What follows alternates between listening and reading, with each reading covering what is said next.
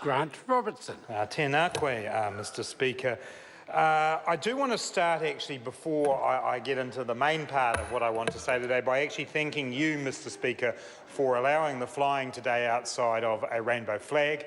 It's the first time in the history of this Parliament that that has occurred, and it is a recognition of the celebrations we'll be having this evening in Parliament of the 30th anniversary of passing of that important human rights measure. I can say that it means a lot to the LGBT community that you made that decision today, and I thank you very much indeed for that. I also thank the MPs who are in Parliament still today who were here 30 years ago, and I see my colleague Annette King is with me.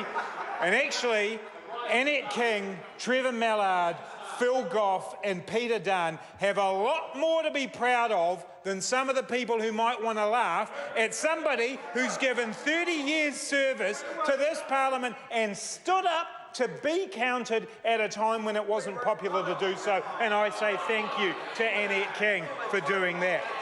Mr Speaker, it's interesting to get that reaction from National Party members over there, because at the conference in the weekend, National Party members were told by John Key, don't get arrogant.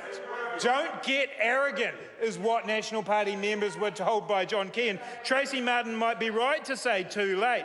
But they need to be a little careful, Mr Speaker, because I'll tell you what's arrogant. Arrogant is telling people who say that there's a housing crisis that they're being emotive.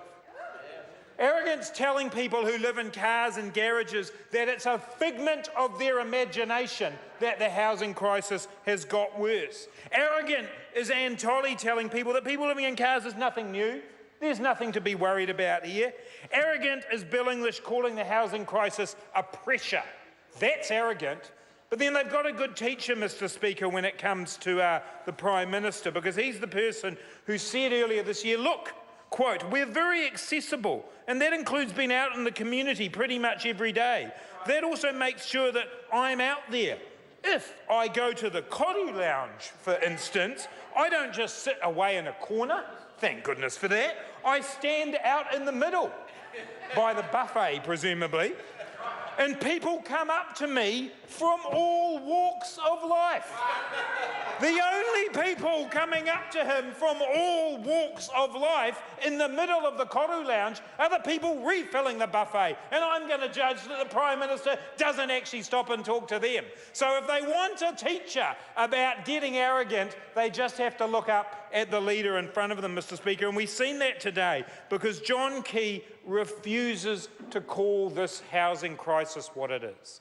It is a crisis, Mr Speaker, because in New Zealand we have prided ourselves on the idea that the Kiwi dream of buying your own home is within reach of New Zealanders.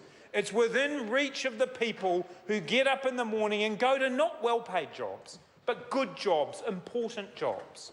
Jobs like being a school secretary or a bus driver or a security guard or a nurse. The combinations of those people should be able to work hard together and earn enough money to buy a house and stay and live in their community. And that's not happening, Mr Speaker. That's what's slipping away. And what's arrogant is a government that says that doesn't matter anymore. Well, it matters to me, Mr Speaker. And it matters to me not just because growing up in a warm, dry, safe, stable home is good for somebody's health. It means that they get to school and they achieve.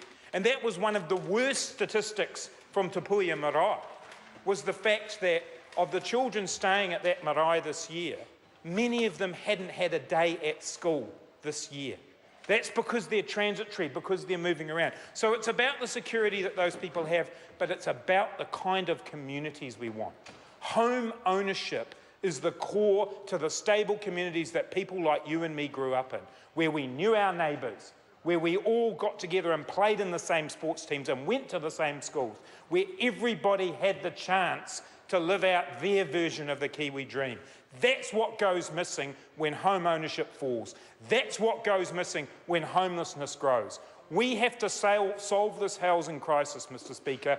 The first step is recognising the problem. The second step is a plan that deals with building houses, that deals with giving people who don't have a roof over their head a roof over their head right away. And it deals fundamentally with the demand side. The Labour Party has a plan, Mr Speaker, and on Sunday New Zealanders will see, finally, a party that takes this seriously rather than one that regards it as a joke.